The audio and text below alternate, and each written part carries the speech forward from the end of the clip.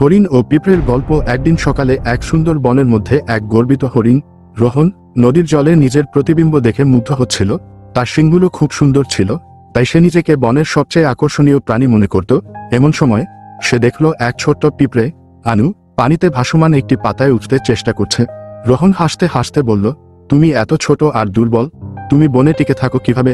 আনু হেসে বলল, আকার বড় হলেই শক্তিশালী হওয়া যায় না, সত্যিকার শক্তি আসে ধৈর্য ও সংকল্প থেকে।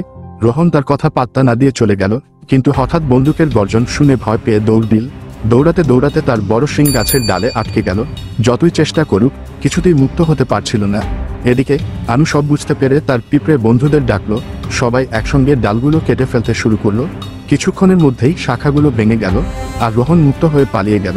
বাঁচার পর রোহন শান্ত হয়ে আনুর দিকে তাকিয়ে বলল, আমি ভুল করেছিলাম, তোমাকে ছোট ভেবে অবহেলা করেছিলাম, অথচ আজ তুমি আমাকে বাঁচালে, ধন্যবাদ।